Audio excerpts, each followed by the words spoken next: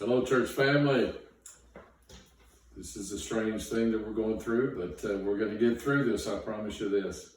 I want you to know that I love you, and I'm going to miss you for the next few weeks, and we just kind of get through this. There's just a couple of things that I just want to say to the Wimberley Christian Church family. I'm so proud of you that many of you have been texting and calling and just connecting with one another, seeing the importance of continuing our church family. I'm so proud of you. And so we're going to get through this. I promise you this. There's a couple of things that I want to talk about, and a couple of key words here is obstruction and opportunity.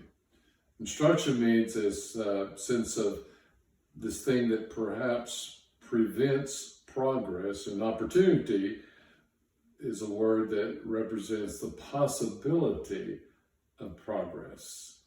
I remember my grandparents used to say there's a fly in the ointment, seeming if there's a problem or obstruction or a bump in the road. My grandfather used to use this expression, monkey wrench in the works. Well, we have this fly in the ointment. We have this obstruction called the coronavirus or the COVID-19. There seems to be just this great fear of this pandemic outbreak that we're experiencing. And so we want to be smart and prudent in our responsibility. I sent an email out to you, hopefully you've read through that, and in that I said that we want to show responsibility to comply to the rules and regulations that are being enforced right now. In this compliance, it doesn't mean that we're responding in fear, but we're following the temporary rules for social gathering. And there's some obstacles, aren't there? The obstacle is we're not meeting physically together.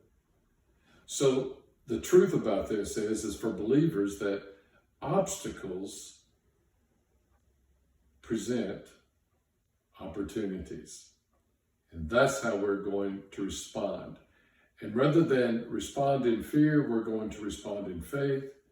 Rather than to respond in withdrawal, we're going to continue to reach out just in a different way. It will be our new normal, if you would. I want to talk about some opportunities that we have. Sunday, we will not physically meet, but we will digitally meet.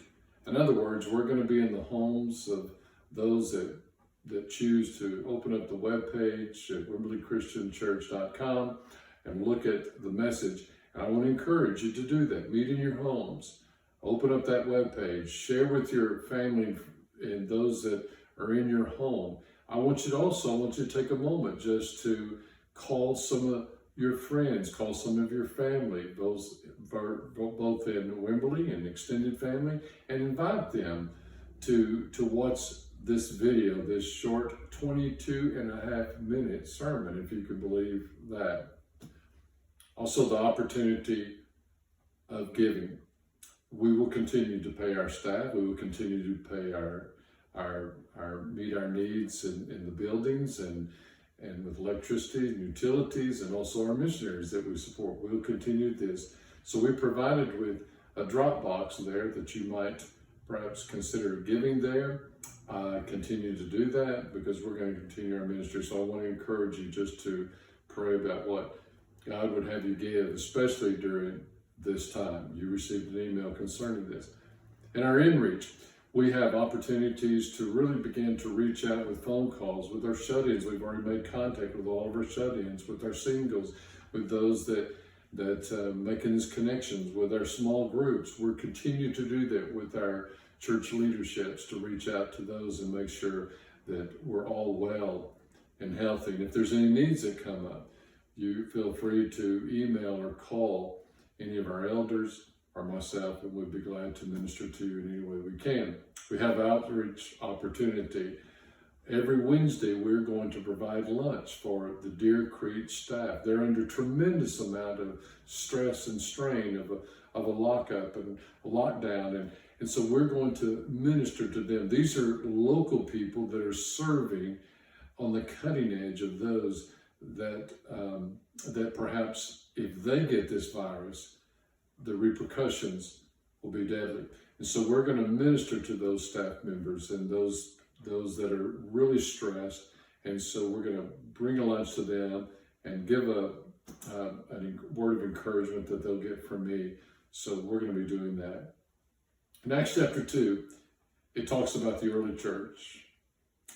And the Bible says that they did not have a meeting to meet in, and yet they continued to grow and to fellowship daily. They met in the home, and they shared not only their food with one another, but they shared their bread with one another. There was no fear, there was no panic.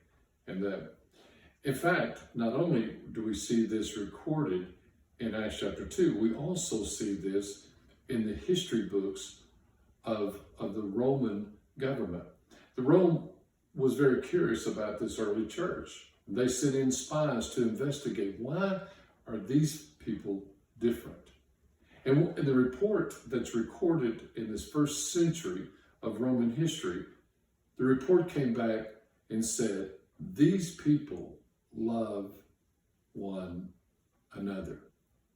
In fact, many times Roman government would just abandon the children on the streets when there's a time of devastation and plagues and disease.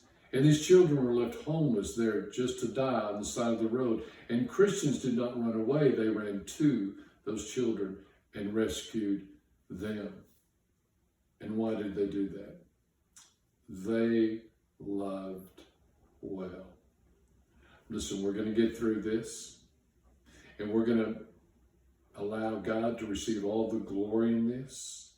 And I want you to be encouraged in these sermons that I'm giving to you on the webpage, these short sermons, words of encouragement, and how do we deal with fear, and also this stronghold of fear that seems to be evading not only our churches, but also in our society.